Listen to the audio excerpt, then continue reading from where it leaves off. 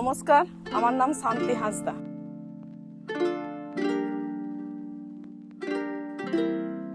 প্রথমে যখন আমি এখানে শুরু করেছিলাম, মোটামুটি আমি 8 বছর আগে শুরু করেছিলাম এই স্কুলটাতে। সেই সময় আমি যখন আসি, সেই সময় ওই যে গাছটা আছে, ওই গাছের নিচে আগে পড়ানো হতো। সেই সময় এই স্কুলটা সে সময় তৈরি হয়নি। সে সময় বাচ্চার সংখ্যাও খুব কম ছিল।